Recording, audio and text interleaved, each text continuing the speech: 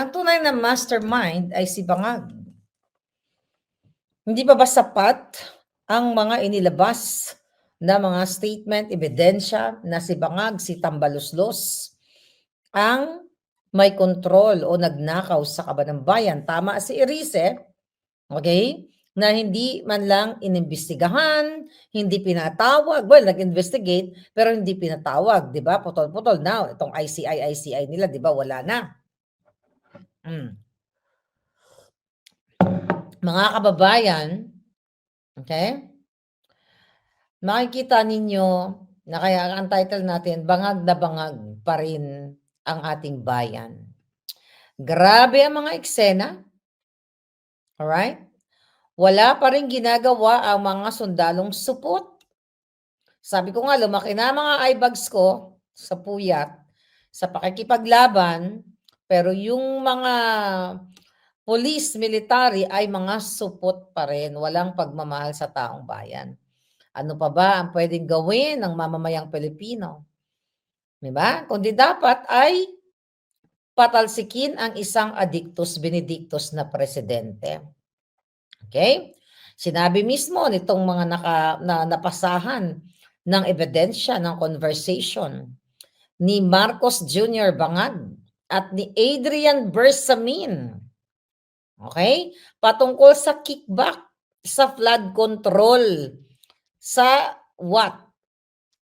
Kaya nagkaroon ng, again, nagkandamatay ang inyong mga pamilya, nagkabaha-baha, nakita nyo naman na hanggang ngayon, hindi nyo pa nga naipapatayo ang inyong mga kabahayan.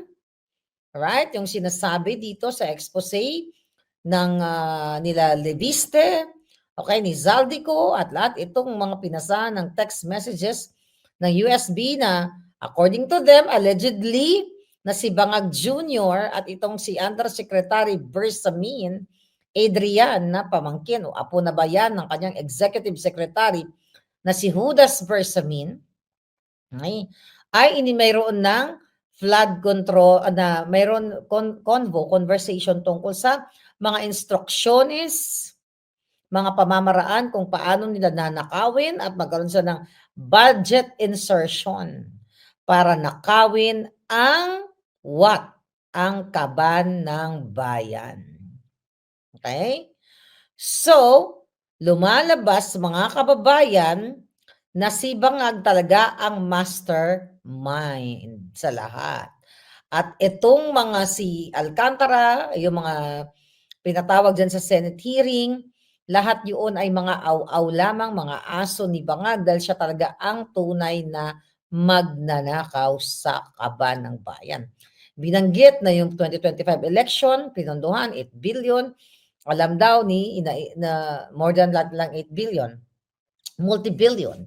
Na alam daw ni Toby Tiangco, dahil siya yung campaign manager during the time na bumabaha ng pera, pero ang kanyang press release, hindi niya alam kung saan nanggagaling yung pera. Diba? Hindi niya pala alam na galing sa nakaw sa kaban ng bayan. So alam naman natin na si Tiangco, kahit na nagsasalta yan, kasi si Tiangco, hindi naman siya nagsasalta laban kay Bangag. Ang dinidiin niya si Zaldico, di ba? Okay? Si Zaldico. Bakit hindi niya idiin ang mastermind na si Bangag? So may iron silang inililigtas dito. Gusto nilang makalimutan na si Bangag, si Lisa Tanas, si Martin Romualdez Tambaluslos ang mastermind at itong mga engineers, directors, cabinet secretaries, sila lamang ay mga asong julol na sunod-sunuran kay Bangag at kay Satanas at kumakamal ng limpak-limpak na salapi galing sa kaba ng bayan.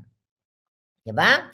Sinabi mismo ni Yusek Bernardo, okay, na may 100 billion, mga palangga, 52 billion, diba? Na sinabi ni Bernardo na siya yung nagtrabaho noon, na mayroon daw kickback, doon sa budget ng bayan na kung saan kumikbak sila ng 16%, maybe more than that, which is around 8 billion, di ba? Na i-deliver, okay, from Feb February to March of last year. Okay? Yun ang mga lumalabas na kwento. Wala pa ba? Hindi pa ba malinaw yan sa taong bayan? Di ba? Ngayon, sinabi na si Bangag, si Satanas, si Sandro, pero ayaw ipatawag ng sinadong mga julul, katulad ni Soto, katulad ni Lacson. Ayaw ipatawag itong pamilyang magnanakaw. 'Di ba? Ang sabi, nag-deliver sa kay Bangag doon sa Malacanang, okay? Nag-deliver kay Tambaluslos, pero ayaw nila ngang ipatawag. Kaya nga kawawa talaga kayo, mga kababayan. So according to Erice, according to those people na pinasahan ng screenshot ng convo, na si Marcos Jr., okay, na pangulo ng mga addictus, na talagang merong pag-uusap tungkol sa kickback o pagnanakaw sa pera ng ating bayan. So, hanggang kailan kikilos ang aking mga palangga? Okay, ngayon, anong sagot ng mga anong sagot ng Malacanang? AI na naman, kasinungalingan na naman, fake news na naman. Tapos lumabas na nga, 'di ba, yung survey recently na bagsak itong si Bangag. Tapos ano sabi ni Clarissa Taratara? Huwag magpalinlang ng survey ang publiko ang magsabi about the performance ng mga leader katulad ni Bangag. Publiko na nga nagsabi. Nag-survey na nga. Okay? Huwag daw gamitin yung ratings, huwag daw nilangin ng publiko. Putang inang tong hayop na Clarissa Castro na ito. Okay? Sana lamunin ka na ng lupa at mabutasan na rin yung tiyan mo ang katulad ng amo mong Bangag. Anong pinagsasabi mo nagtatrabaho si Bangag? Anong tinatrabaho niya? Magtuwad-tuwad, magbiga-biga, mag-alpot-alpot, 'di ba? Tas ngayon sinasabi niyo sinungaling yung fake news yung pagtuwad-tuwad ni Bangag. Sabi ko nga kung fake news yun, di file a case against Dean. File a case against me about dun sa Bangag na yung pagpupulburon, authenticated yun. Nakita niyo yun, mga kababayan?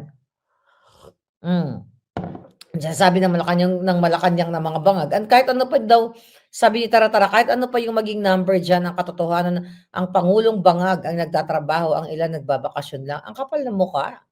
Anong tinatrabaho ni Bangag? Nagdulot ba ng malaking impact sa tourism industry? Tignan yung agriculture. Puro pagnanakaw. Tignan yung Bureau of Customs. Sangkot. Well, you know that already, mga palangga. Dahil dugyot, okay, ang gobyerno ninyo.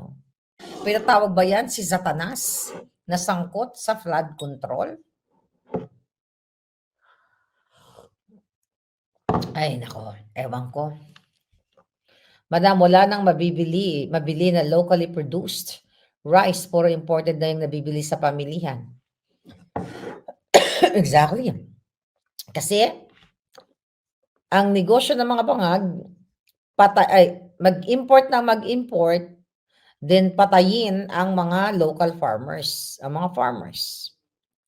Alam niyo, no, kanina nung nasa Prague kami, sobrang ganda, sobrang amazing. I also love Budapest, Hungary. I love Slovenia. I love Slovakia. Lahat naman ng bansa, you know, sabi ko kanya-kanyang vibes. Tapos kanina, nasa Prague na kami. Sabi ko, sa Pilipinas, although kasi dinestroy tayo, di ba? During the Battle of Manila. Pero tingnan mo, sa Pilipinas, wala eh. Kahit sa kalingkingan, wala talagang, ang maganda lang sa atin, mga beach. Di ba? Pero anong ginagawa ng mga inayupak, ng mga politiko, ng mga kawatan? Yung iba dyan, imbis na alagaan, kinakamkam nila lahat ang pagmamay-ari ng taong bayan. So, it's just so sad. Kasi yung Prague, very rich yung culture nila. Sobrang, even Budapest, lahat ng na namin, pinupuntahan namin. So, naiisip mo yung Pilipinas lagi. Lagi naman ako ganon. Naisip ko yung Pilipinas, sabi ko sana yung tourism sa Pilipinas, 'Di ba? Nagmamayagpag kasi the more tourism, the more money para sa ating mga kababayan, more jobs. Kaluluoy talaga ang Pilipinas. At yun nga mga kababayan, anong masasabi niyo sa balitang ito? Maaring ihayag ang inyong opinyon at kuro-kuro sa comment section sa ibaba. Huwag din kalimutang mag-like, mag-subscribe at mag-share sa bidyong ito. Maraming salamat sa panonood.